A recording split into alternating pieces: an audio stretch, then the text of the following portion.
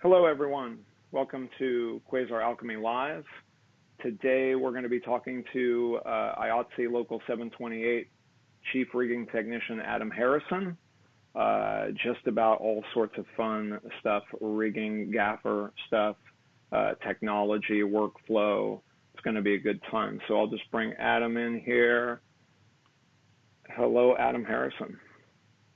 Hey. Thanks for having me on. I've been looking forward to it, to talk with my old friend Stephen Strong and just give a little insight into what I do and how I think about it and all that good stuff. Kick-ass. Well, thank you, everybody, for joining us. We've got some people coming on here. Hopefully, this will be an interesting little talk. As some of you may know, my last job in the industry was also as a rigging gaffer, and it's what I kind of prided myself on as a technician. So hopefully we can talk about some good stuff that'll be interesting to everyone. Adam, why don't we start by talking about what you've been working on recently? Let's see. Before the shutdown, I was doing a movie at Warner Brothers called Macbeth.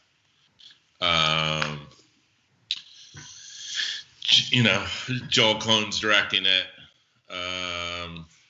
It's going to be awesome. It's like a movie, like when I first got in the business, I come from a fine arts background. So when I first got in the business, that's what I keyed in on is the art form that is motion picture and lighting and storytelling. So throughout the years, we have to work on a lot of projects, comedies, action movies, love stories and stuff, but not a lot of them really test the bounds of what the pure art form of storytelling and photography. But this one does, so it's super special to work on. For me, it feels like after 20 something years, it's just a special project. It means a lot, and everyone on that show is like all about that, and it's just super cool vibe and fun and exciting. And we're shooting a movie that hasn't been shot this way for decades, really. So. That's a lot awesome. Of fun. Are you allowed to tell us who's playing Macbeth at this point? Is that public? Yeah, I mean, there's stuff that's publicly available on IMDb. Well, tell us a little bit more about some of the cool shit you're doing on there, because that'll be a good segue to start talking about, the evolution of rigging. Right. Well, it's interesting because the movie is not in color. Yeah, and a lot of the sets are super simple. A lot of it's just perspective, different types of perspectives and camera angles, and then it all just boils down to high contrast and the lighting. I mean, that's what really a lot of the sets, because it is black and white, are painted in order to help further that motif, and then the lighting picks it up from there. So it's pretty cool to walk into a set, to be rigging a set and see how it all comes together. Because on paper it looks so much different from when you actually get there, whether things are bigger or smaller. And we're using a lot of moving lights. We're doing a lot of lighting effects. Well, how is that? Tell me about how that's been to work on the show with going back to what amounts to old school lighting, which all the current technology is kind of geared towards soft, kind of new style lighting. How has that affected your choice of instruments and whatnot to it? It's almost like you've gone back in time a bit. It is. It was funny during prep. We actually did some side-by-side comparisons budget-wise between what it would mean if we went tungsten versus an LED palette. Oh, right. Yeah. So, just because the cost automatically, moving lights are expensive, and, old tungsten lights aren't expensive. But what it came down to is really it takes a bit longer to rig for large amperages. I mean, the first stage that we rigged was stage 16 over at Warner Brothers. And, that thing's almost 100 feet tall. And almost 200 feet long and 150 feet wide. It's just a huge space.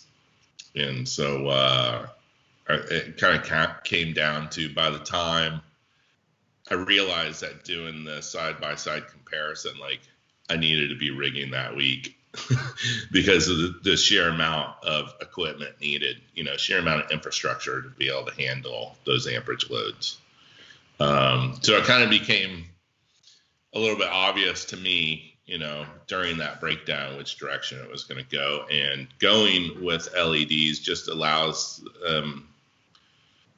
it allows you so much more controllability with everything, because there's a lot of scenes that are day and night in the same space. So being able to dim stuff down. Now, we're not too concerned with color temperature, which is also pretty cool. So we get to play with some movers, and you don't some other movers that maybe have a lower CRI, and so mixing, higher end CRI and lower end CRI wasn't really a battle this time around. Right. But it was just, super cool. Like I said, a lot of lighting effects in order to make the sets interesting and add some depth to it all. Well, you made me think about that equation on like what the manpower. When we were back on True Blood, we were shot on film for the first few seasons, and then the last season they wanted to start to experiment with the Alexa and kind of figure that out as far as HBO was concerned. And so when the prospect of going digital was out there, we had just 10 light psychs all the way around everything, and just like as much amperage as you could ever want for day interior of a house built on stage, or anything like that. And we were kind of excited at the prospect at first of basically swapping out the lighting rig to be more conducive to like digital kind of requirements, but well, of course, it wound up being so expensive to do the re-rig that we wound up like just leaving it as is. So, but the point is that it is kind of a crazy math game at that point between equipment and manpower. Especially nowadays, you can get tungsten stuff probably next to nothing, and even Socopex next to nothing at this point. But still, I guess that's a good segue to workflow questions. Is that like, when's the last time you did a 100-piece Soco waterfall? Is that still a thing, or is it now just like all routers and switchers? Yeah, that came up with it. We did have on 16. We did have some, a fair amount of tungsten, in order to kind of bring the price down, instead of having, a dozen of these 20 by 30 overhead soft boxes with sky panels. We went ahead and just did 12 light maxi, like 3 12 lights in each one. Right. And then we had like some 20Ks and 10Ks just for some big washes, because it's hard to still beat what a 20K can do.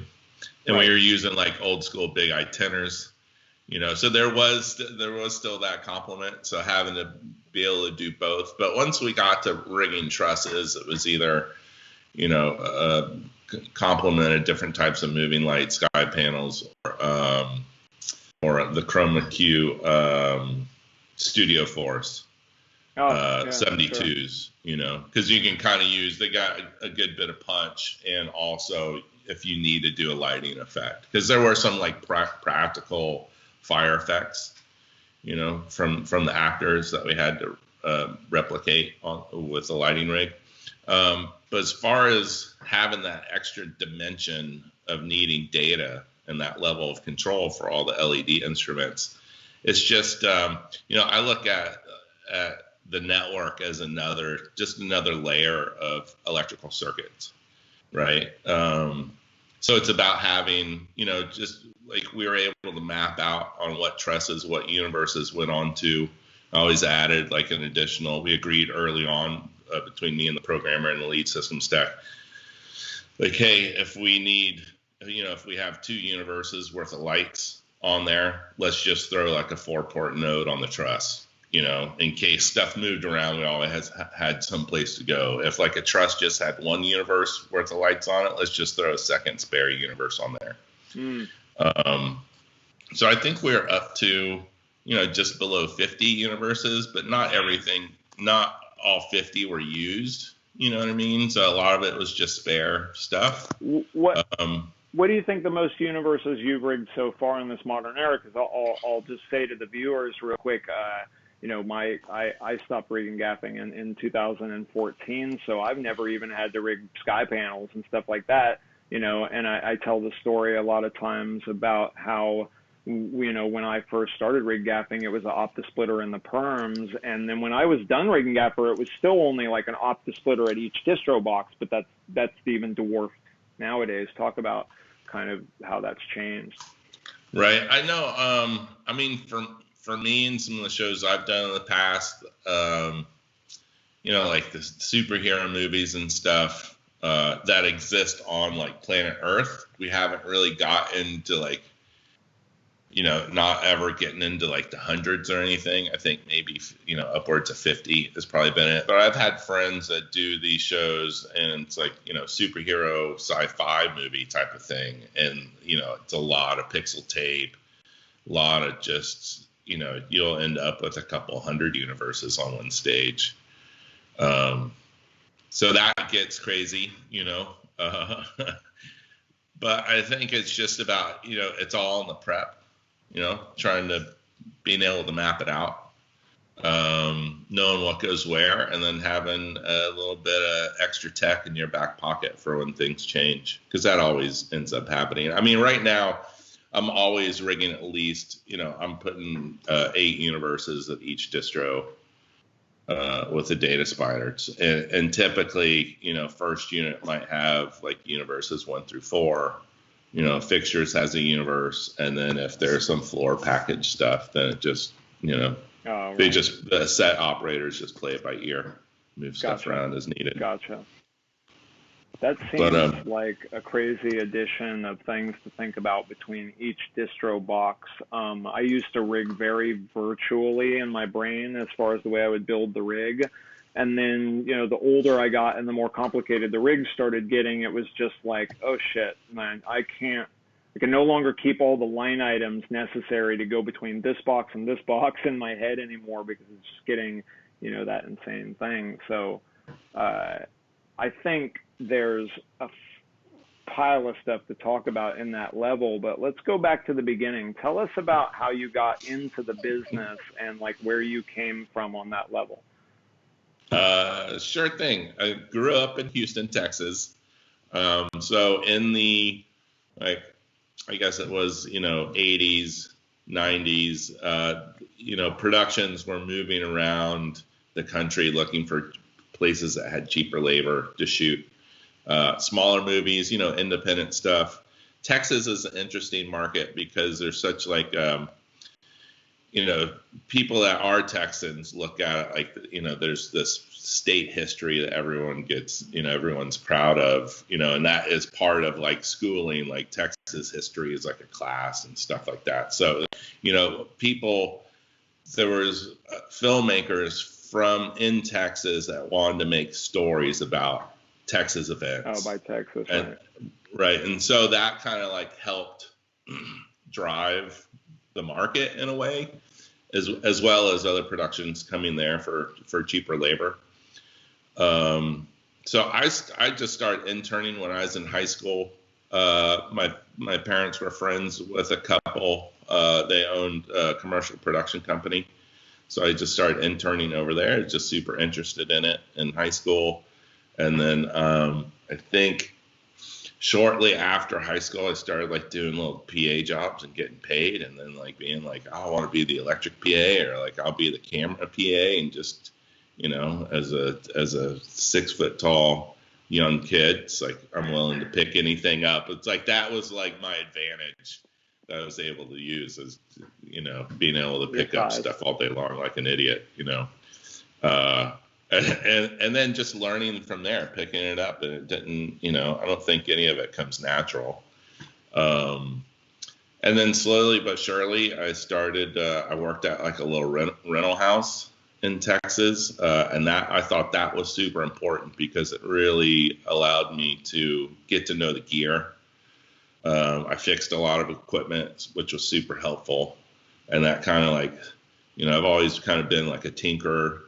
So I was involved in that, and then I slowly kind of just segued into the open market, doing commercials, and then like, day play on movies come to town, and they bring 728 guys. So it was just seeing that whole thing was just really opened the door for me, and I think people are right. It's like. I think the 728 technicians are really the best in the field. And so I always wanted to be a part of that. And so after I remember doing a movie called Rocket Man, and Bruce McCleary was the gaffer that finished that movie. And so like right after that movie, I went to do like Compact Computer, do some local commercials. Or video corporate industrials. I just remember sitting there like, I gotta climb the ladder, and then moving to packed up everything, moved to LA in my early 20s, and 2 years later joined, lucky enough to get all my days and joined 728. And during that time, those 2 year transition period, I would go back to Texas and do movies. Because, right. You got people calling you and offering you money. So you're not going to turn that down. But eventually it happened, Yeah. But a lot of good memories, and really, a lot of hard work and meeting people, and, just building it up from there. And what do you think, when you came to LA, was it a battle for you to really get your days and kind of get that acceptance? There is a weird, when you say that kind of like 728 best technicians kind of thing, it's funny how nowadays it's not as apparent to maybe some of the younger people out there, but it used to be like localism big time. It was a little bit like surfer weird localism where like and even if because I did a lot of shows with, Jay and stuff like that out on location and stuff. And then eventually as like the best boy on a lot of those jobs where you have to then interact with that politic between the local labor and the 728 labor, and how to figure out, well, these guys have been doing it here, but they don't have the experience that you have. And then like all the politics that go into it. What's the last show you did out of town? Out of town or back? Like out of town? Out of Los Angeles. Recently or back then? No, just recently now. I just wanted to ask, like, what's the last show? Last show I did Top Gun 2 was kind of out of town, in town, out of town. Come on. San Diego, Tahoe, got into the desert, those, secret military bases and stuff like that. But to get back to the question, sorry, okay. I didn't want to interrupt your thought, but to get back to that question though, how was it like first arriving in Los Angeles and kind of experiencing that? Because I'm sure there's people now that are thinking about going to the big markets and trying to get into the business. So what was that like? Yeah, it was interesting. When the 728 guys coming to Houston early on, or coming to Austin and stuff. I mean, there was a certain level of snobbiness to it, that you could detect. for sure. And being the locals, you're always kind of like the underdog, but you're like, oh, you came to our market, and respect us and all that stuff. But really, after you kind of like, after I moved to LA, like I'd have people ask me, oh, how long you been in the business? And, I'd tell them like, oh, I started way back in so-and-so year. And they're like, no, how long have you been in 728? And it was like, like 4 months.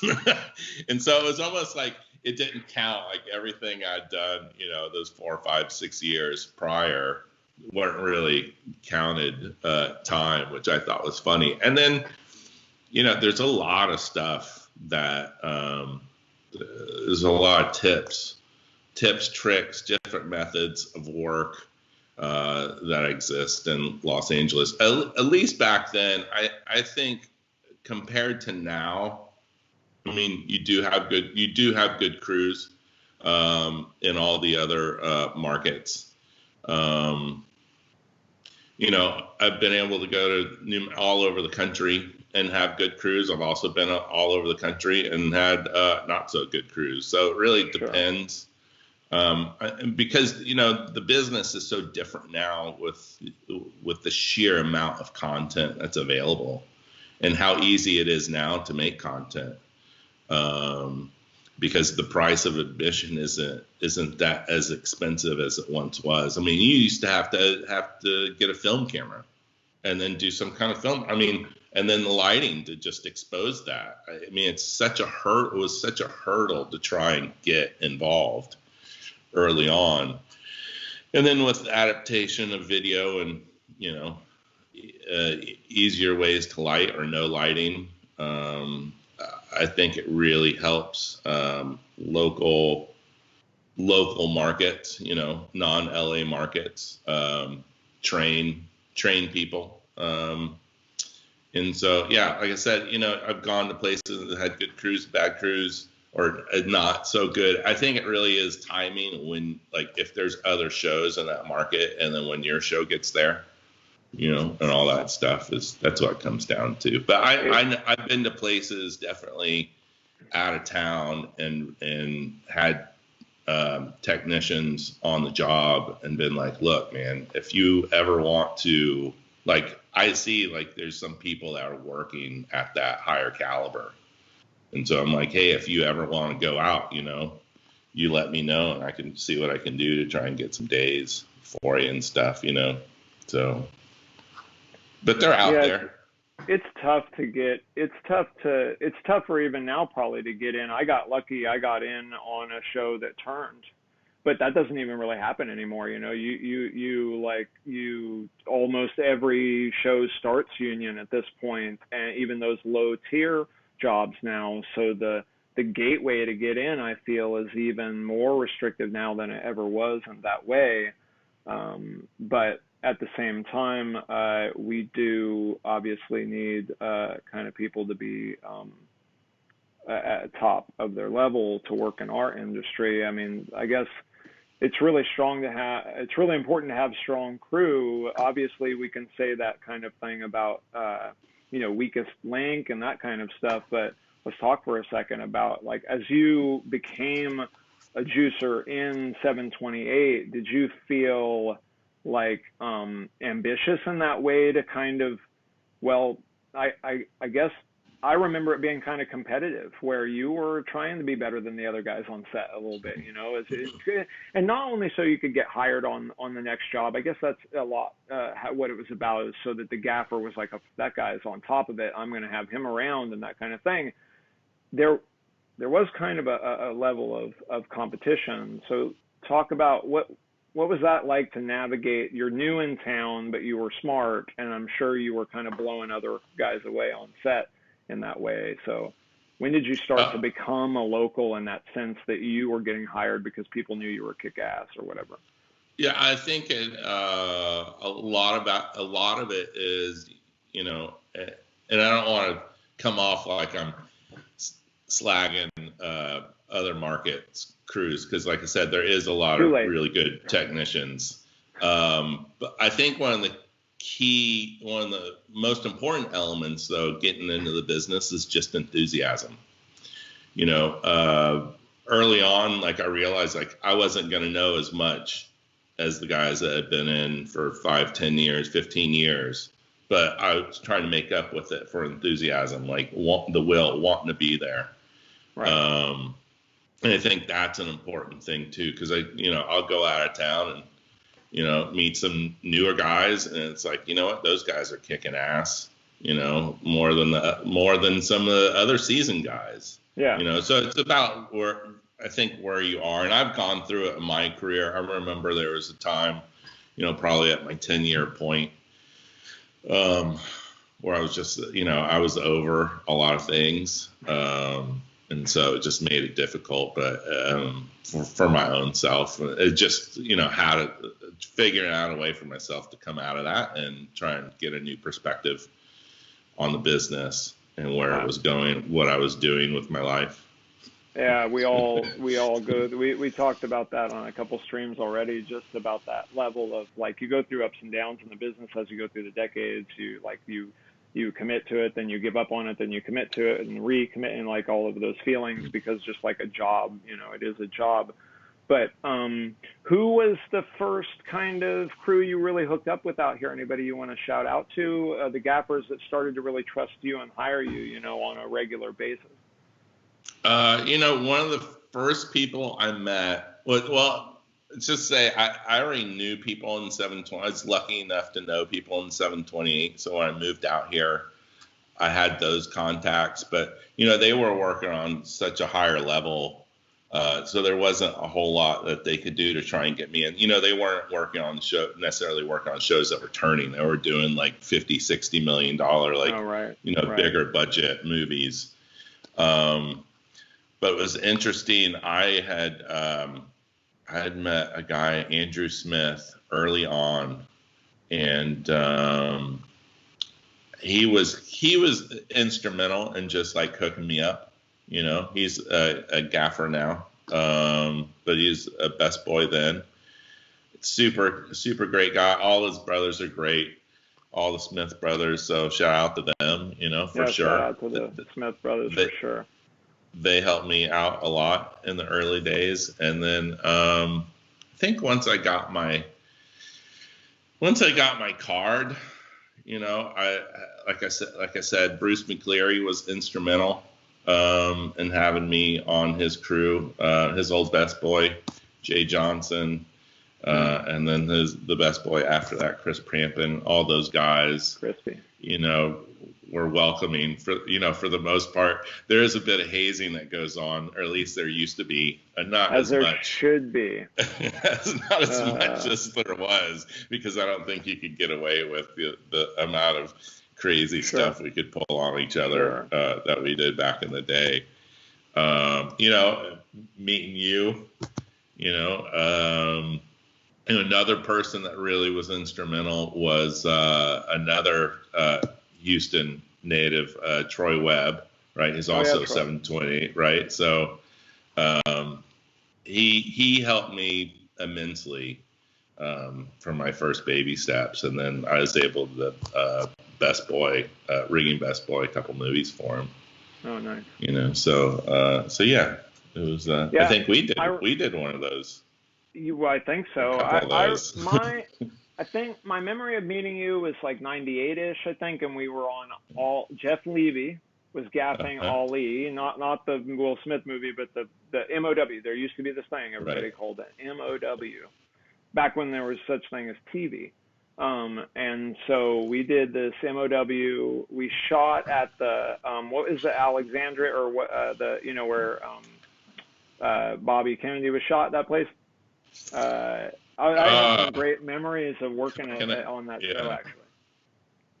That was a fun that was so long ago. And Jeff Levy's such a great guy, Awesome. All those dudes, super sweet, So let's talk a little bit about being a rigging gaffer. Enough about you. Let's talk about you. First of all, I think there's an interesting position that the rigging gaffer has to be in that I want to kind of start off by qualifying, is that you are weirdly the most direct liaison between production and the gaffer and DP. Even though you're not in the camera department, you're weirdly sometimes a liaison to the DP in these like general production ways. And like I feel like the rigging gaffer winds up having a lot of the responsibility, the execution responsibility at least, that it takes to get a production shot. So there's a deep pile of stuff to tap into, of course, on that topic. But you know, what are some of the challenges of being a rigging gaffer, and what are some of the challenges in basically spanning the need to work for both production and the DP and gaffer on that level? Yeah, that's the tightrope, isn't it? How to give production the product that they want at the price that they're hoping that you can do, and then how to fulfill ultimately the needs of the gaffer and the DP, because that's, you know, let's face it, you know, is they're calling me more than the production side. But I think, you know, that relationship between those two parts is super important. And I'm lucky enough to have worked on first unit for a long time and done a lot of big movies. So kind of I know like how the set is supposed to work, which is super useful in rigging.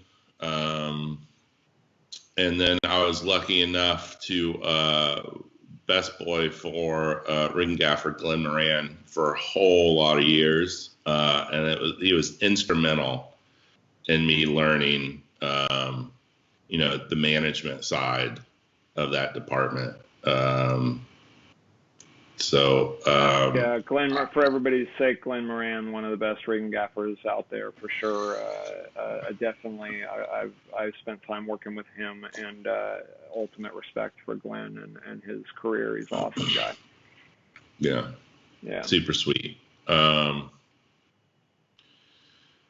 So I think as far as like rig gaffing goes, I mean, you know, we always discuss at the beginning of a job what kind of the lighting palette will be, and then it's a matter of making sure that you provide enough coverage, power-wise and network-wise, for each set to allow that set to work in the most efficient way possible.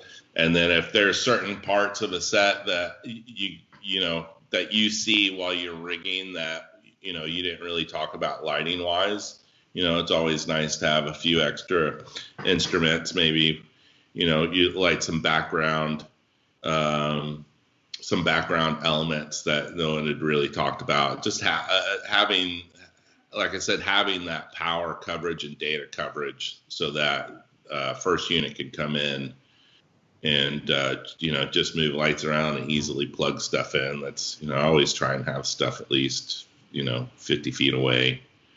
You know, but every set works a little different. Yeah, of course.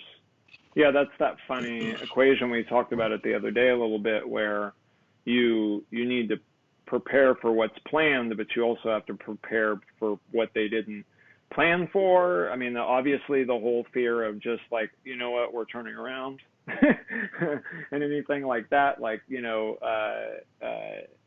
do you feel that you really have to be kind of the creative decider when it comes to rigs beyond even what the DP and gaffer might even want? Yeah, you know, like I said, it's about being proactive in prep, and, you know, really paying attention on the scout, and then just coordinating with the other departments about what their power needs are. And then just making sure that there's enough power, you know, not all from the rigging side, not only are you powering lights up, you know, you're also providing power for, you know, special effects. You know, they might need smoker power or some kind of weird device thing that they got that's not in, not in the set area where they're lighting, that's kind of out on a fringe or something like that, and that's a whole nother layer of running that cable infrastructure. What they're going to need, also what stunt rigging might need, being proactive with them, because they might need power in a completely different place than what the set is. I mean, when we did Wonder Woman 2, we were in DC, and we did this big, crane shot where we have a camera, on essentially, like a spider cam type thing, and then we're flying the person. They're going right along, and it's like, in the middle of DC with the Capitol, beautiful shot. But it's like those other cranes, were, way down the street, and that was a whole separate, and that wasn't really part of the set. So that was just part of the infrastructure needed in order to operate, what the set was, which was probably like, I don't know, 1,600 feet, closer from where those cranes were. I remember one time we were working on Hancock, and we did a like building flyby spider cam rig, and for days we had power running on rooftops for those guys, with just to test it all out and stuff like that. Doing tie-ins and stuff like that on building tops to get those guys power and stuff like that. It was a cool experience, actually. Just, of course, you're always like, I always found it fun to have to do the power for not lights, just as far as like having something else to really think about that helps another department other than the jerks that can yell at you all the time and that kind of stuff. On that note, we were going to talk a little bit about relationships with, producers and UPMs.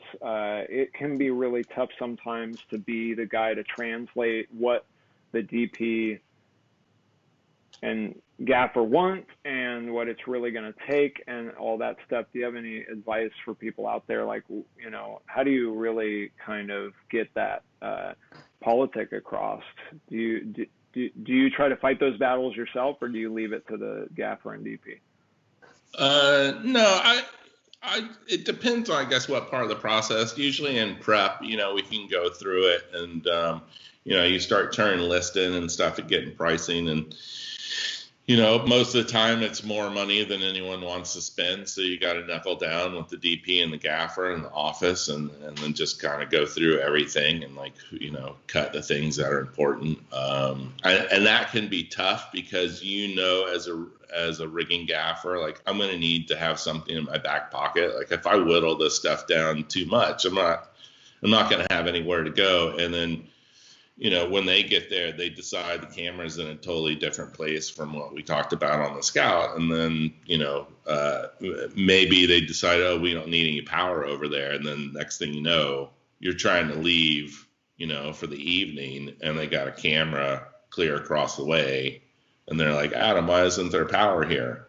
So you can't really go back, well, you told me to cut it, at that point, it's too late, right. And that's the last thing I ever want to do is start casting blame to the guys that are hiring me and the guys that, I'm trying to look out for. So you just kind of shrug your shoulders and get in there and be like, okay, where can I get some extra cable? And right. Then, let's go run this power over there for them type of thing. And then you start realizing, okay, I'm not going to get into that mess anymore. And so it's interesting, especially with the big movies, once the train leaves the station, it's you'll get to a point where everyone's just trying to keep up, just trying to hold on for dear life. And so that, $1,000 that you saved on an order by cutting 2 distro boxes and 200, feet of 4-aught, it's easy. I've been able to do an add-on order or whatever, and then get it back, and no one ever bats an eye. Right. Right. And then I have stuff in my back pocket. I'm like, okay, I see how this movie is going to work, because it doesn't necessarily, we get put in this predicament where we have to appease production and accounting in order to lock the budget. But once, the one person that's not in those meetings is the director, or any of the other creatives. So when they get out in the field and the director wants to be creative and have the scene work a different way, guess what? It's up to you to make sure that they have the power and the data needs that they're going to need. So as you move on in a project, you kind of, and I don't know if you can teach this, it's just trying to have the foresight, a plan B for a plan B, when things go haywire. Are you going to have a way out? You have like a backup plan. Right. Well, on that note, Jay Aller had an interesting question that is a good kind of segue or starts. He said, "What job as a rigging gaffer did you just get totally peeled on?" So I'm going to reframe the question a little bit to, what was your first rigging gaffer job, and what was that like to have to experience it for the first time? Oh goodness.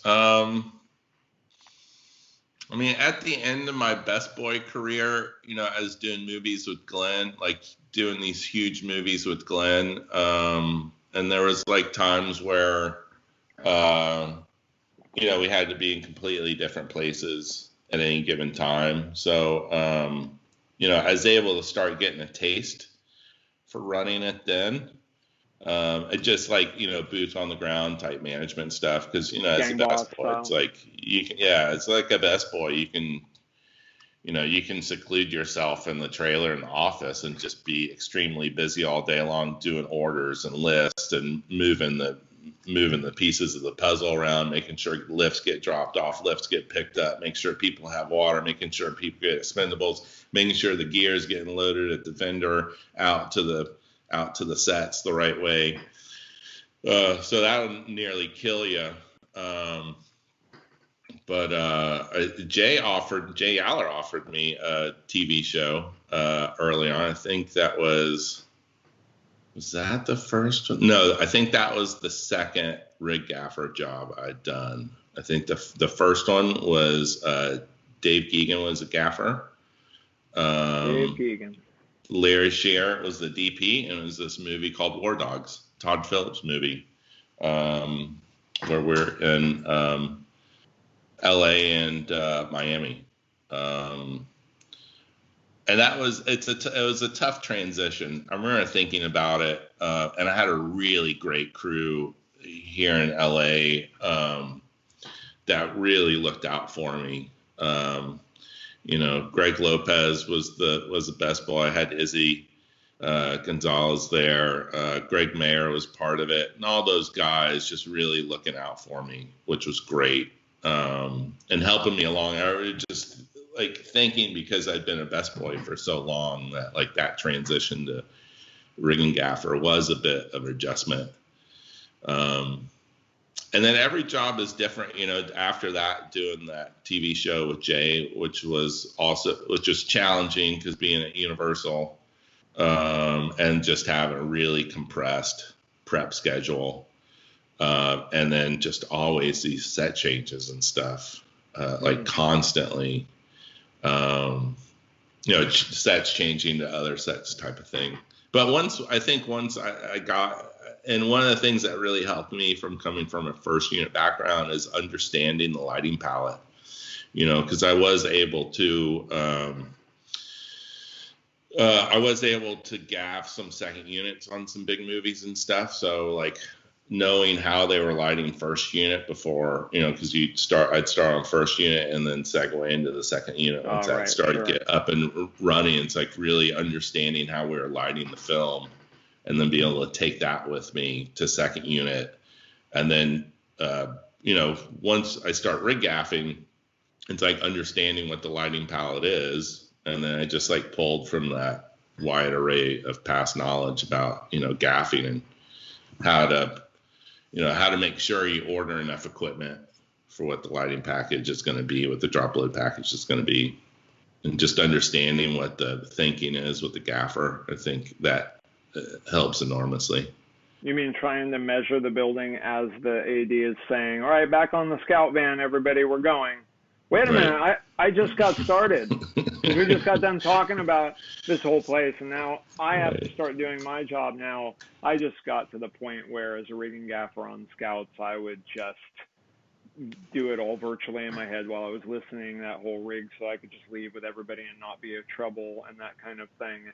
Like, it's interesting where you know, a minute ago you were talking about kind of the process and the big movies that kind of and the preparedness you can somewhat try to have, at least at the beginning.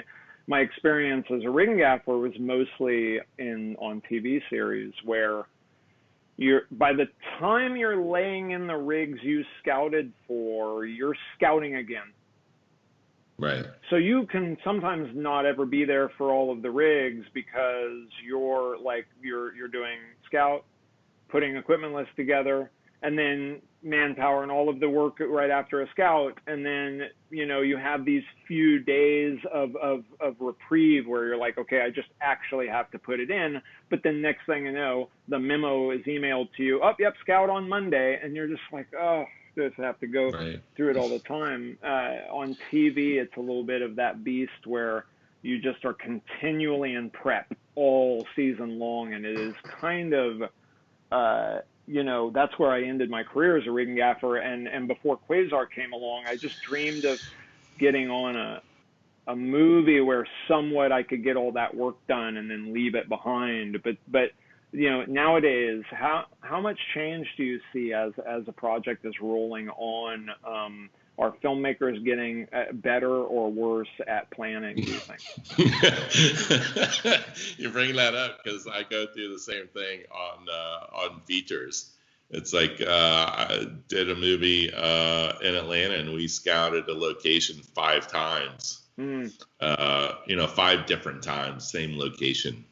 And the last time we scouted was 9:00 at night, the day before they came to shoot.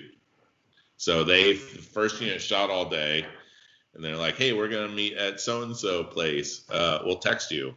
You know, so the first unit best boy texted me. I go meet him over there, and then we're in the dark talking about what the shots are the next day, and the rig's already in.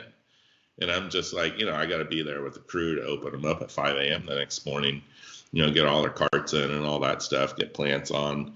I'm just like crossing my fingers, like, please don't make any drastic changes because I'm only going to have like 2 hours to adjust things and it's going to be rough. And also doing movies where they don't know what certain sets are, you know, for like the third act. Like I did a movie and the first Venom movie, and they had an idea what the third act to be, but it wasn't finalized up until maybe halfway through the movie. So we scouted a couple of different locations and we never went to them because, you know, by the time like 2 weeks out, they're like, oh, we're not doing that anymore.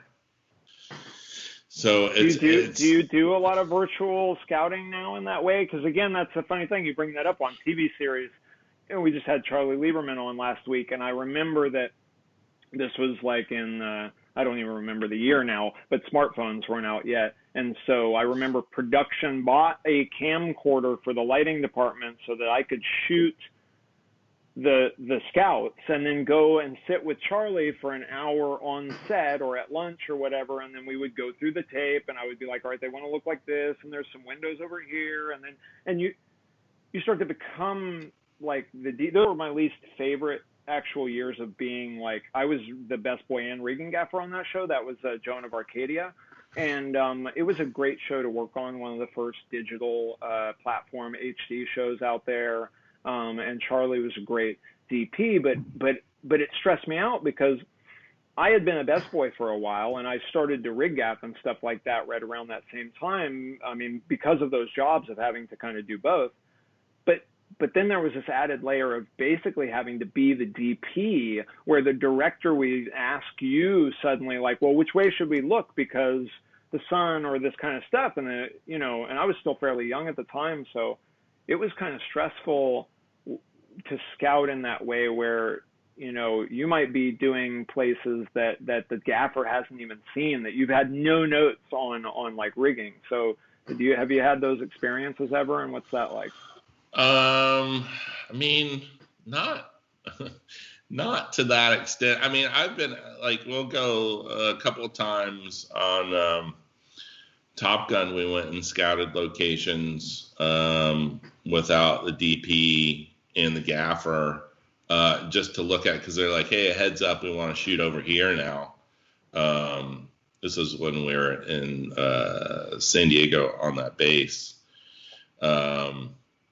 And so you just go look at it, and they're like, okay, well, where do they want to shoot? Oh, they want to shoot in the foyer, and then outside there's a walk-up. And you're like, okay, so then you can kind of something as simple as that. You can kind of put together, where you want to put generators, where you want to have power coverage at. Once they walk into the foyer, they're going to need to build up the ambient, because outside is bright and inside's a little darker, and so just being able to have let locations know, like, hey, can we have access to this? I need to have power at the top of the stage. Well, they don't shoot up at the second floor. And it's like, right. I understand, but can we? Yeah, It'd be great, because they might just want it. Who knows? So like you said earlier, in the effort to build relationships, I think it's super important starting a show to reach out to other departments on what their power needs are, and also to let other departments know, like, even if it's something as simple as set wardrobe, even, like, hey, if you guys need something from us, like if you have moments where you're going to go to a location early, to do some hair and makeup in some tent or whatever, or right. Even like special, visual effects, super important to coordinate with them, and just let them know that, like, hey, if you need something, please come to me, because it's easier if I can deal with it before the day of, and have, just another thing for first unit to have to struggle with when they're trying to get the first lighting set up. And you really want to create that two-way street. So they feel comfortable coming to you, and then you feel comfortable, if they do come to you and be like, look, I wish I'd known this yesterday. Give me an hour if you can, and then I can focus on what you guys need. Yeah. I've had to do that in the past. I could have probably helped them sooner, but it was more about, like, hey, you get more results out of me if you let me know sooner. Now, I understand if you show up and no one told you either, or your boss just invents something, can handle it. But it's really about forging that relationship to create that teamwork, so you can both trust each other to get it done. Well, I want to talk about that for a second, because that's a really kind of cool thing you bring up. There's two sides of it, and sometimes it's really contentious, because, again, as the rigging gaffer, like the gaffer and the best boy on first unit, they are just those people. So yes, on the day, if like hair and makeup need a stinger over here or that kind of thing, they get that that utility power and stuff. But the rigging gaffer is really the guy that's responsible for giving all the other departments their needs, and the best boy and the gaffer on first unit don't ever even have to think about any of that stuff. You know what I mean? It's not even a part of their wheelhouse.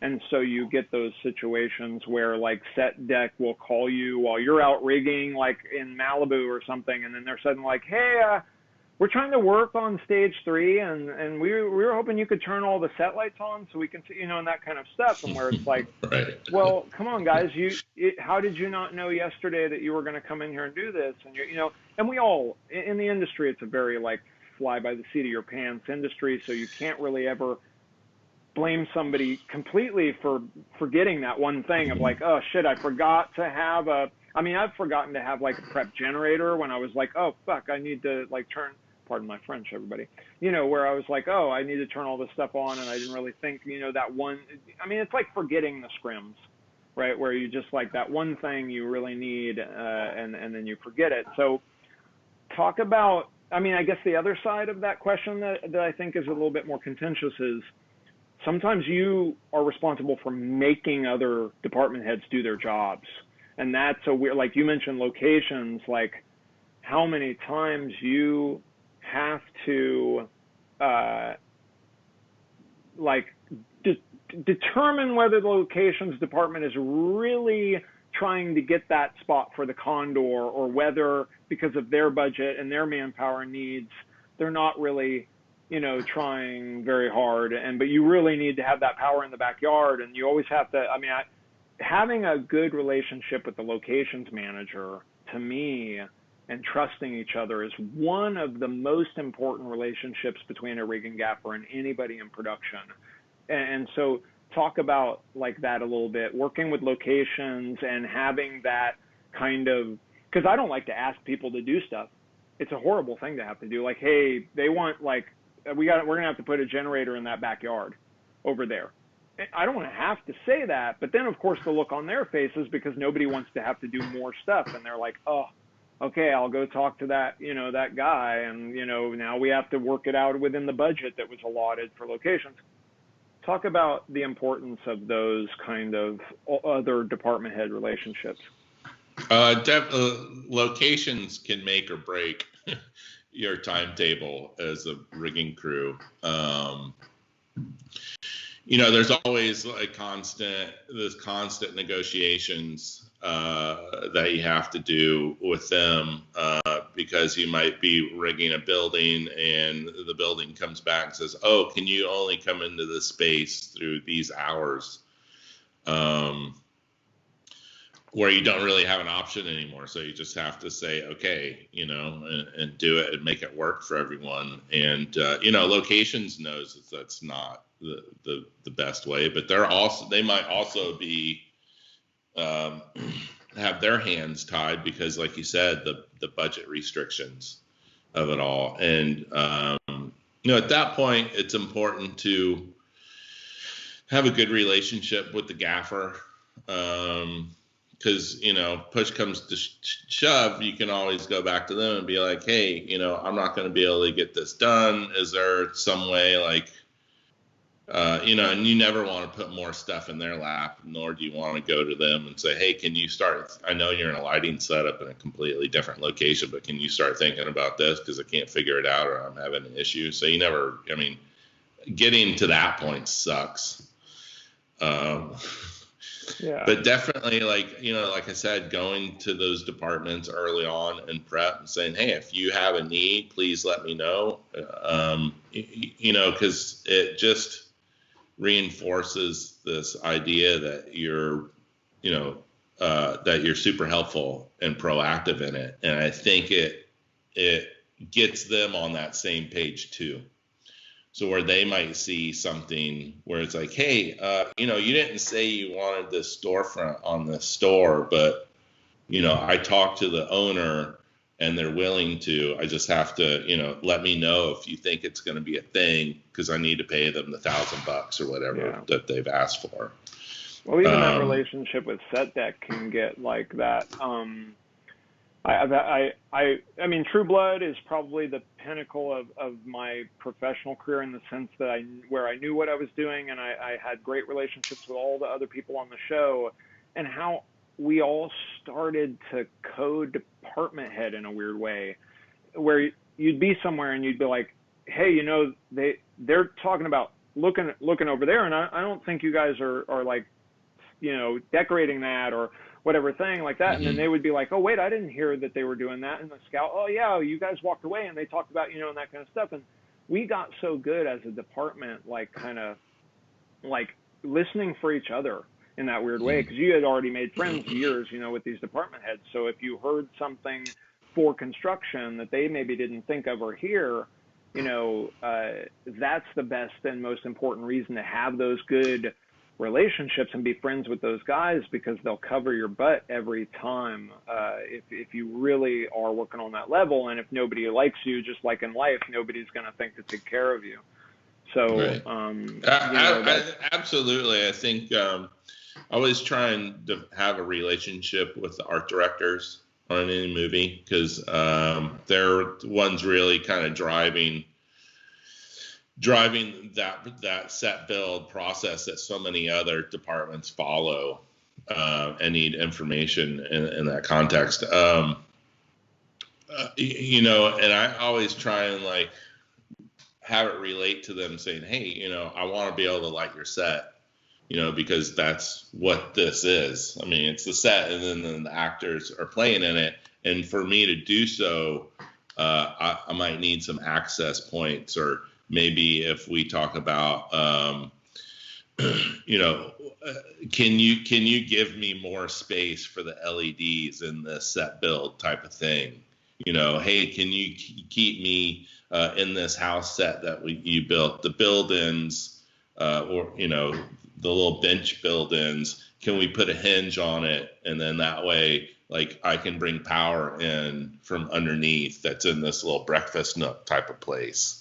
And just being on, just coordinating with them about maybe you need a trap door in a place. Maybe, you need them to have a certain part of the set function a little differently because you're going to put some lights in some places. That's also important with stunts, even though I think a lot of times they'll just kind of like nod their head and say, okay. Ultimately, I don't know if they really care that much. Be like, hey, I'm going to put lights over there. All your stuff is in the way. You're like, oh, okay. It's like, yeah, right. They don't care because they got to fly stunt guy through space. It's just that funny thing of like their thought is, so you're going to move those lights, right? Yeah. And I've showed up in the morning and be like, oh, I guess you guys just moved those lights and didn't bother to say anything. Like, yeah, right.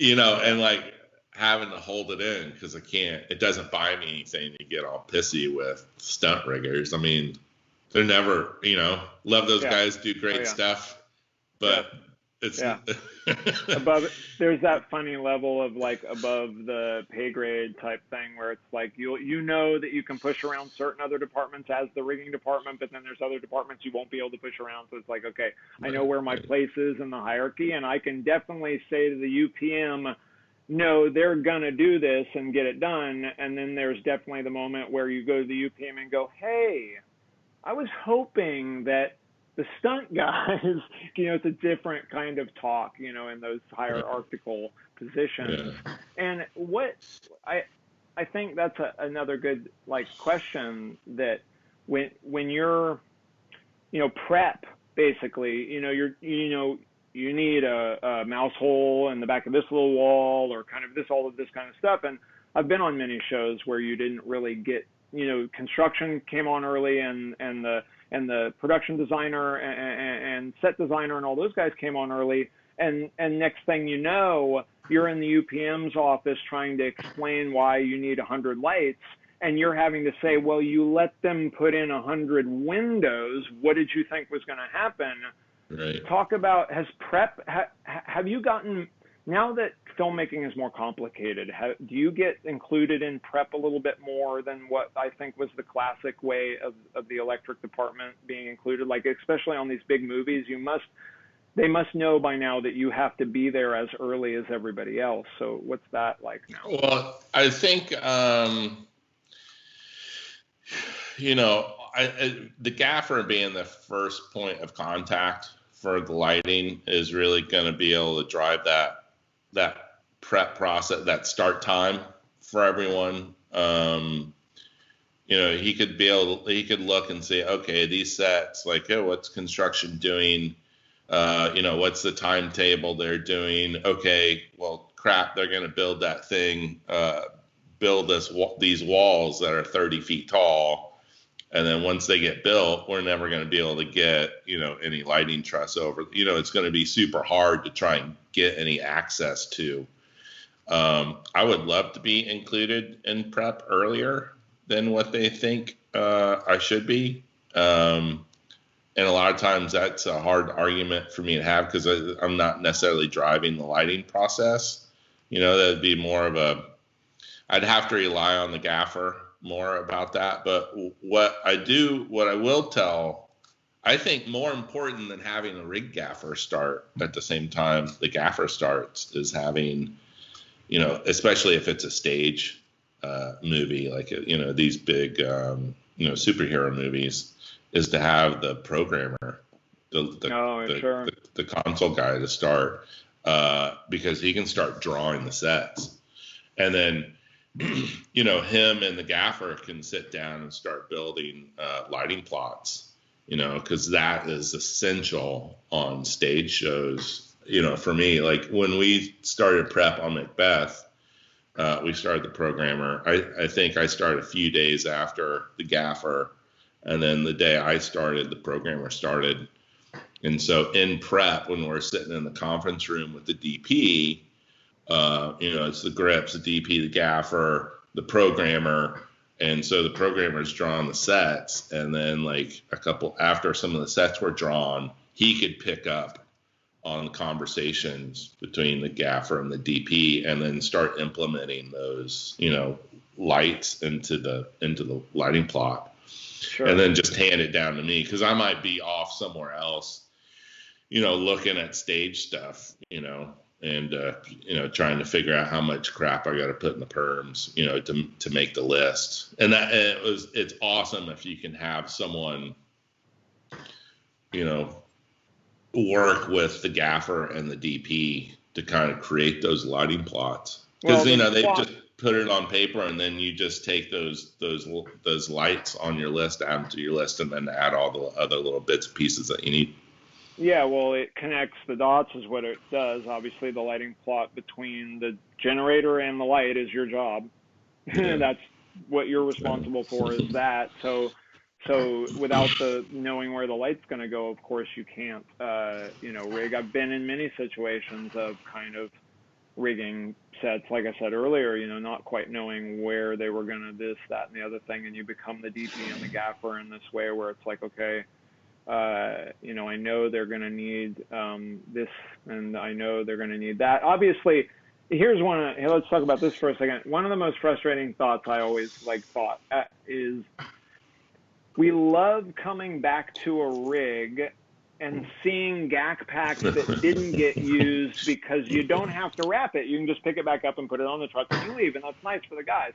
But then other times it's kind of insulting, where it was like, why did we even run this whole run of 4-aught down here? You guys didn't touch a single thing, on that time. So there are those times where I think as a rigging gaffer, I used to kind of get a little bit like, man, I did something cool for you guys and you didn't even use it. Shit. I guess it's interesting because, you can do the right things all day long, but it's like the one thing that you didn't do is what you get the call about. Right. But, I think I've turned a corner in my career. It's like, look, some projects I'm excited for because of the content. Others, I'm like, the world didn't need another one of these movies, really. So, I'll rig it to the spec, and the way I think works best for the set. If they never showed up there to ever use it, that's fine. Like, if we just do a rig, like if someone wants to pay me to come in, do a rig, do it, and then the next day just pull it out, like it's some military exercise, I'm stoked. Sure. Yeah. Then I don't have to worry about it breaking. Yeah, that's right. Yeah, exactly right. I don't have to worry about managing it or whatever it is.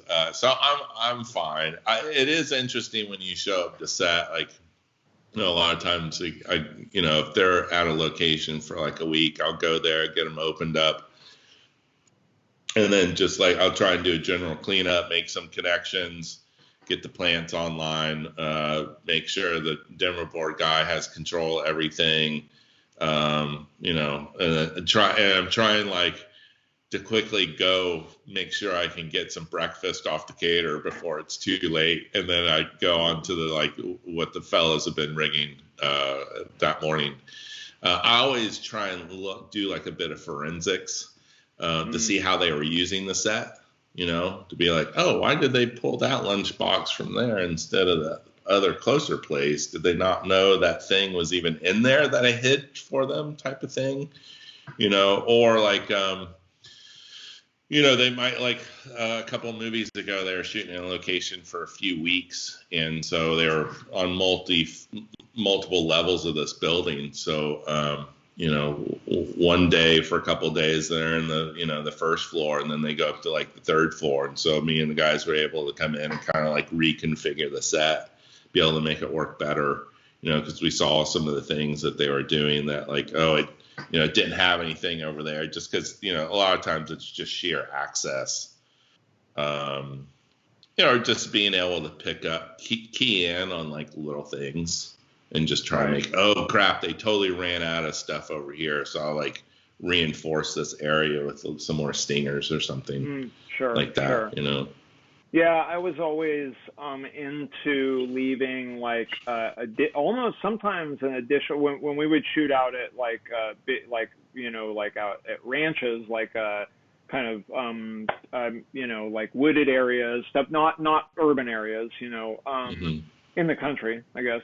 We would always kind of, at least if it seemed like it, we would leave like 4 sticks of Banded, a distro box, and a GAC pack just in staging, sitting there in case they suddenly were like, oh shit, we need to light up this stupid hill or down in this ravine, and like we didn't think we were going to have it. And we tried to always work it out like that, where we would have some type of kind of staged additional stuff that, stinger crates and kind of shit like that, in case, they're going out fast. And funny enough, I would even add, if I knew they were going to be in a location for a long enough time, I would add stingers, because I would know that they would just start running stingers and not wrapping them, and then come and ask me where all the stingers are.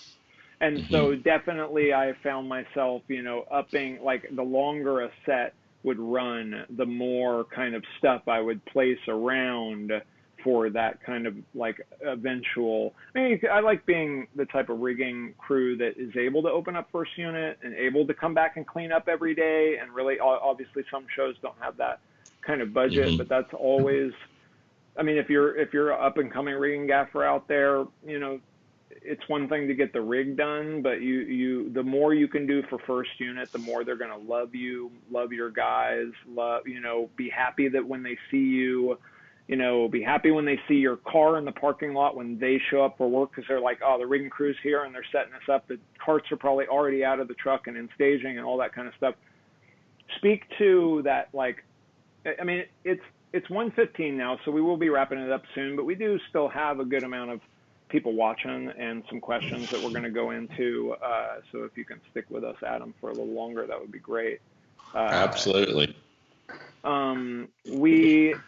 We have, here's a good, we're going to have to talk about COVID in a minute, and what we see the changes are there, because there's a couple questions in that vein. And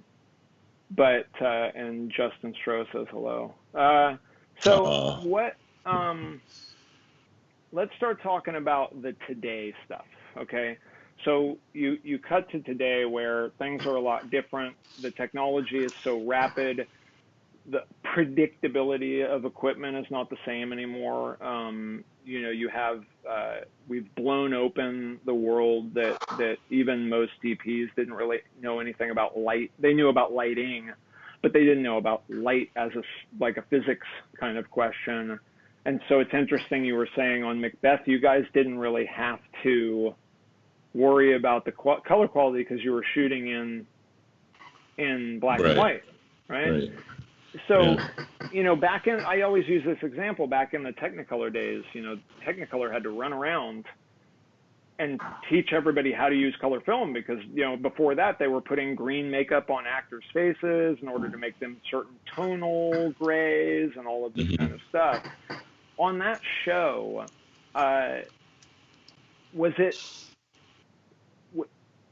that consideration of color spectrum in there at all with the black and white? Did you guys throw it out the door completely? It's the hot topic in the industry, right? So in the beginning, we talked about whether or not some color, a certain part of the using a certain color might enhance some lighting elements. Where it really does come into play, tones and all that stuff is with art department and construction paint. It plays a big part there. But a lot of times it's mostly just, values of gray, light and dark, because, it's high contrast. So we're using, shafts of light and atmosphere in order to create those layers of depth. And I know that they shot another movie that was recently shot in black and white, Mank. And they shot that in black and white. And I don't know if they played with color spectrum on that either. But yeah, I heard, that it definitely came up in prep if that was going to be, if we were going to use certain colors in order to create that contrast. Gotcha. Here's another question from the feed. When you were starting out, did you ever, this is from Jeremy Winter. When you were starting out, did you ever work on any music videos? And if so, which ones? Oh my goodness. Thanks for the question, Jeremy. I worked on a ton of music videos.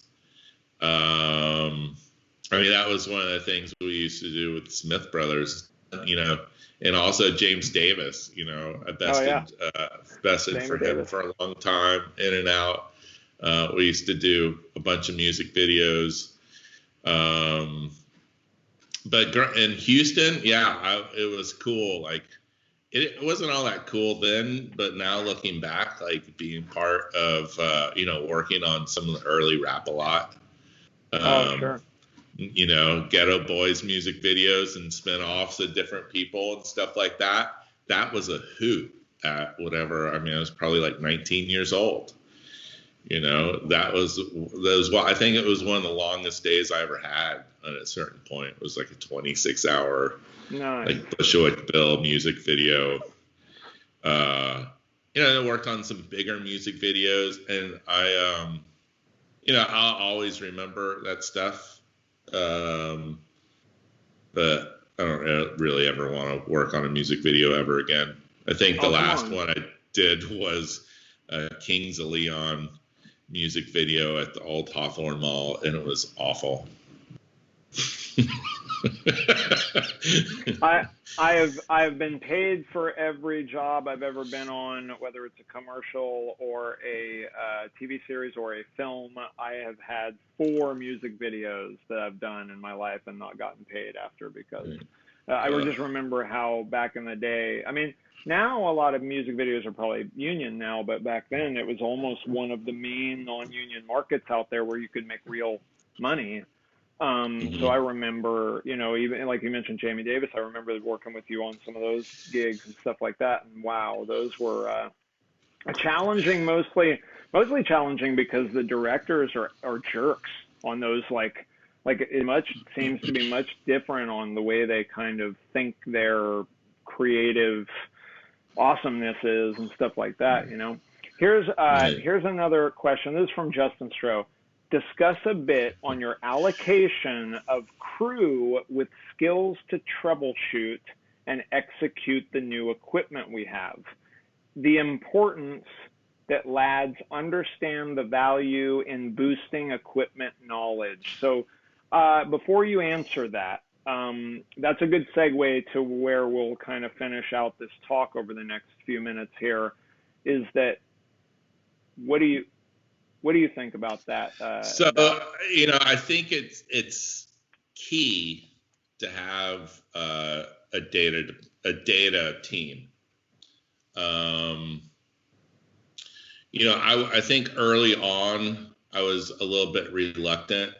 Way early on when a lot of this started happening. I remember being on Terminator Genesis. And I could never order enough DMX. I was like, why are they using all this stuff? We're having 4 universes at every distro type of thing, or at least 2. But we're running a network. We weren't using nodes, any of that stuff. We were just running a couple of universes at DMX, and so it was, it was way easier. And then as things progressed, you really do need a solid, lead systems tech and an off production programmer. I think those are two key elements. Because the whole IP networking thing is a bit techy. A lot of people don't understand it. It's, it's a lot of numbers and the routing and all that stuff. But like I tell the guys, this is just another electrical system, and that it's not going away. There's always going to be more data on the set from here until eternity. And that, as technicians, we need to know this stuff, because it isn't too difficult, and we all need to be able to troubleshoot stuff. And also, no one wants to be, 56 years old and only have a knowledge base from the 1990s, 1980s. That's just cable and, larger amperages. I mean, you really got to know, you have to be if there's a new piece of equipment comes out, it's like being able just to go through the menu system, right? Because you might have gone through a menu system on one other light, right? And there a lot of it's similar terminology, and just being comfortable with that. It drives up the. I've been on jobs where you have, 6 data guys, for the whole thing, and sometimes 8, and it's super useful. But I think every technician needs to know elements of all that stuff, because a lot of times they might not be, the data team might not always be there, and just being able to troubleshoot, things like, hey, this dimmer doesn't work, or this thing like the menu got, this button got clicked and it ended up in this other setting, Right. Yeah, exactly. Well, with all this technology, it's gone so fast, but there's so many different sides to it, because obviously, I say it a lot. We make lights now. We're responsible for basically screwing you on set in that way, where the gaffer might have seen some Quasar thing or some new whatever, light, and at a trade show, he doesn't ever have to touch it. He didn't touch it that day. He was shown by some salesman, like, oh, here's the light, and this is what it's awesome for, and he's enamored with it. And now you're on a ladder while he's yelling at you saying, turn it red, turn it blue, all of these different stuff. And, I guess, do you have any advice for manufacturers and lighting designers and technicians? It's kind of like a group, because it's almost like, I would say, like, I'm almost pitching an idea here, would almost say that you need to order a spare of every light that the gaffer and the DP choose to use on a show, so that the technicians, as a day player, he walks in that day and he's like, okay, I know I'm expected to know how to use the Quasars, but they just came out yesterday and I haven't been trained on them yet. It's like that. There is a responsibility of the people choosing the lights also to make sure that the technicians know those lights, because, again, even if you're a doctor, you don't know every medical machine out there, but you're still a good doctor. So would you have any advice for kind of manufacturers, how we might start to standardize things, or I don't know where I'm headed there, but. I mean, it'd be great. I think it'd be great if manufacturers, not just lighting manufacturers, but also camera component manufacturers, we could all kind of figure out this whole wireless space. I think that would be awesome. I know there's been a lot of effort over the years to try and get some kind of working group to, so these people could say, okay, we're going to stick to these channels or this portion of the frequency or whatever. I don't think it's happened, and who knows? It may never really kind of happen in the DMX sense. I think having, everyone's got a smartphone in their pocket nowadays, so they know how to use the internet on that device. I think if you're going to introduce a new piece of equipment, having documentation online so people can reference, people know how to do that. Trying to have like some kind of intuitive menu system that it doesn't go too deep. It's funny. I recently, a couple of years ago, I found out like there's another kind of like hidden menu system just on like the Swiss and Tester. I had no idea about. It was like essentially like how to tell the thing to read like decimal values or like hex or like percentage. I was like, how do you get? He's like, oh yeah, you just double click this button. I'm like, what? That might have been in some documentation or whatnot. But also, I think the younger kids kind of have a leg up because most of them grew up around technology and grew up with computers, so they're wise to it. And I find that they're more intuitive or more. They want to know about stuff. They're inquisitive. Gotcha. Right. So, like I see a lot of like, especially 728, you see a lot of, nerdy archetypes in the business now in the younger generation. Because they want to know how things work. Like that's an exciting thing. It's like for the older generation, it was like, how many 18Ks? Oh shit, you had 80 10Ks on this set, how many amps and like, million runs and how many pieces of 4 and all that stuff. And all that stuff is still relevant and fun. But like knowing like what certain lights can and can't do is also super important. That's funny that you say that though, about the new, like I was saying the other day, the last trade show we did was the DCS thing here in LA, which was, there was a lot more young people there and kind of up and coming filmmakers that were interested in lights. You normally see that like in the camera department. It's those archetypes are changing in the business, where you have those old archetypes where like the camera people were the techie geeks, the grips were like the kind of grunts, and then the juicers were kind of weirdly somewhere in the middle. But now it's like the technology in the electric department is moving us towards to being like the camera department. And when we were at BSC Expo in London, we had, it was kind of amazing how many young kids were getting into the technology of the lighting and not perceiving it like this kind of low tech thing, and so that was an incredible thing to start seeing. So obviously the electric department is on the hook for now kind of being computer programmers and stuff. Here's another good question. Alex, I will probably butcher your last name, so I apologize. Putanen? Alex Putanen, he said, you talked a bit about when you transitioned from rigging, besting to gaffing.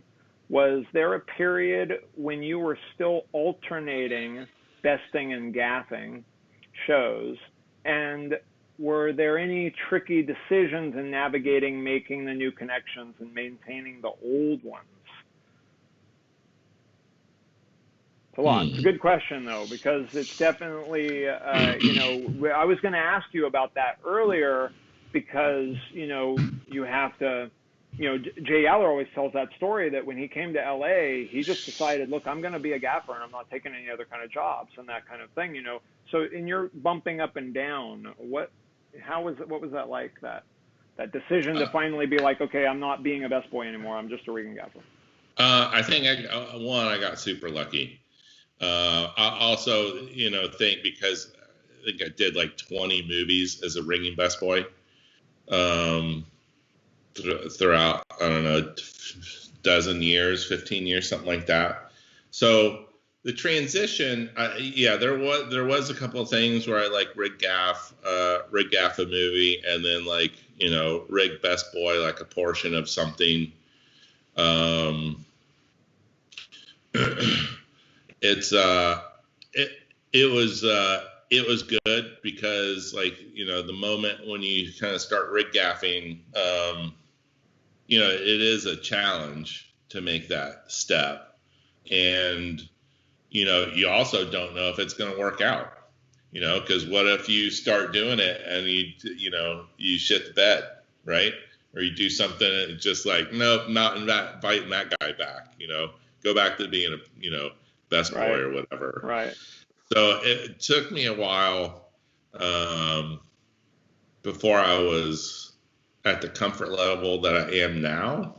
And I think it was also extremely important coming from a rigging best boy, jumping from that point, because I could see, I'm aware of how much pressure I put on the best boys I use now. And so I try not to overload them, because I know how that can be. And it's like the best boy is a critical position in the rigging crew, because they're really like the backstop for everything, they'll, looking out for you. And also, and of course, all the guys and the subforeman gang bosses type things, everyone's got your back. And, when you make that move, you also need to have their back, too. And you have to listen to their input and what they have to say. Because a lot of times, I tell the guys like, hey, if you got an idea on how, something might be better, let me know, and a lot of times they probably will have a better idea. But I also think it's enormously important to have some set time too, because you'll know how the rigs are supposed to work or how to function, what works best. No first unit guy wants to show up and have some distro box that's got like 50 feet of figure-eighted 4/0 underneath it. Right. Suddenly it's in the shot. Hey, let's move that 8 feet. That sucks. Yeah, exactly. Yeah, totally. I don't know That's if that funny. answered the question. No, that was a good answer to the question, because even for me, it was a funny thing. I came and started besting under Jay, and I bested for different people here and there, but then rig gapping kind of came out of that to a certain degree on some of those TV series and stuff like that. But I remember kind of getting sick of it for a couple of years, where I was like, you know what, I'm just going to go back to being a juicer, because I'm done with trying to be, like a rigging gaffer on some TV series with no best boy and no crew that you carry, and like, all that kind of stuff. And I was kind of sick of it. But when we got to the point where Evans asked me to do True Blood, he was the gaffer on it at the time, and quickly moved to being one of the DPs. But he asked me, I had been working for Ray Gonzalez for a little while, doing some rigging and doing some first unit stuff, just having a great time just doing that. But slowly getting sick of that too, where it's like, oh God, I'd really like to go back to controlling my schedule, or just, any of that kind of stuff. So when Evans asked me, he said, hey, do you want to be the best boy, or do you want to be the rigging gaffer on True Blood? And it probably came out of my mouth in an instant, rigging gaffer. Like, I was like, rigging gaffer for sure. Right away. Do not want to have to deal with, best boy on a vampire show. That's another right. Altogether. Ray got stuck with that one. You know what I mean? But yeah, it was kind of like I had already decided then I needed to accept a certain type of stress in order to not have this other kind of stress which exists on first unit and being, a best boy and stuff like that. So it is a challenging transition to make. And be confident that, you're going to really keep working. I mean, it's, No, absolutely. I think also, one of the cool things is, like, I might be done with a project. I might not have anything lined up, right? Maybe at the end of something, depending on how difficult it was, I might take a couple of weeks off, chill out, get my mind right. And then, I'll just start putting out feelers to first unit gaffers and first unit best boys, like, hey man, I'd love to, you got a couple days this week. I'd love to come in and operate. Love to come in and see what you guys are doing, to see how your sets are functioning, how you're using technology, what your lighting palettes are, to see how that rigging crew has adapted to all this new stuff. just so I can like build on my experience and try and because I never ever want to think I know exactly how to do something. There's so many different ways to skin that cat, and the more exposure you have to all those different ways, the better technician that you're going to be. Well, that's an important way to kind of wrap up the conversation, and I thank you and everybody for sticking with us so long. Do you have any advice for kind of explicitly, and no pressure, if I don't expect you to come up with a bunch of awesome sage advice, but do you have any advice for the up and coming kids? Because I think what you just said is important. I want to qualify my question a little bit, that Jay Yaller talks about it a lot. Pay attention, not just to your department, not just to your job. Pay attention to everything. You're there to be responsive, and I think it's important I think it is important to not just say, oh, well, I'm now this thing. You're actually a technician. You're a filmmaker, and you need to understand all these different parts. So, if you're a rigging gaffer, don't be afraid to go out there and do some first unit electrical work so you can get that. Make sure you're reminding yourself what is going on. Shit, go visit sets, visit your friends on sets, walk around, see what's going on. So what advice do you have for kind of up and coming rigging technicians and maybe even guys trying to get into being rigging gaffers? I would say always be enthusiastic about where you're going. Always be willing to to work with other people as a team. No one likes the black sheep of the crew. There's times where I was that guy. I don't think I didn't win any fans.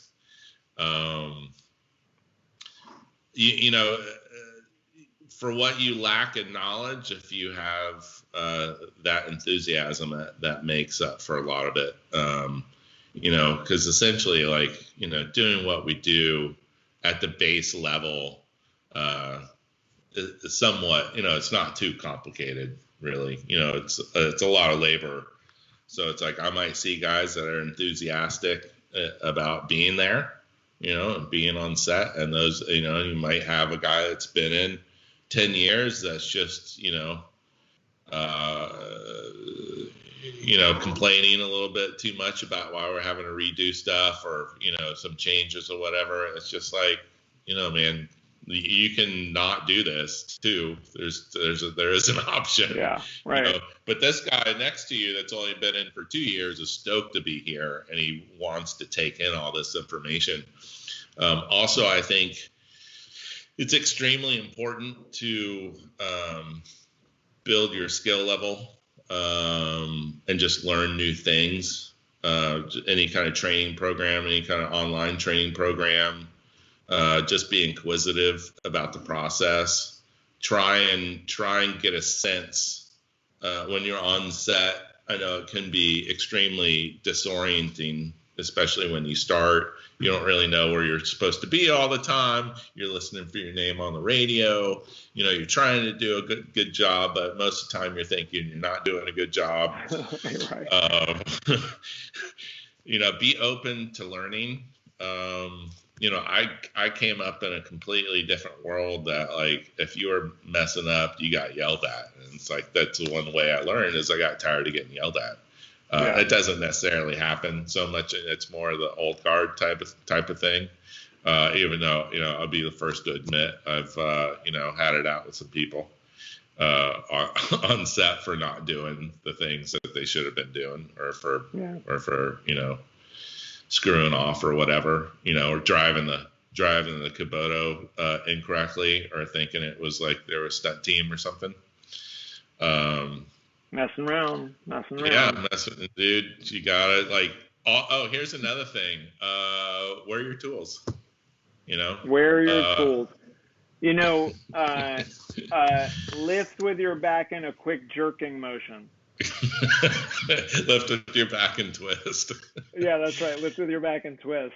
No, lift with your knees, guys, is what we're saying. Lift with your knees. All right. Well, I think we'll let these fine viewers go, and we're coming at an hour and 45 minutes here. So I really appreciate you coming on. I hope everybody enjoyed it, and we got to talk about some fun stuff. There's about a million things we didn't even get to talk about, so maybe we'll have you on a little bit in the future, because we definitely want to start doing some like rigging proper seminars about like technique and stuff like that. So we'll definitely have you back. So Adam, thank you very much for your time today. Well, thank you, Stephen, and thank everyone at Quasar for having me on. I really appreciate it, and thanks for everyone for tuning in, asking the questions, and just participating. So I appreciate it. All right. Well, everyone, thanks again for coming, and we'll see you next time. Have a good weekend and stay safe out there.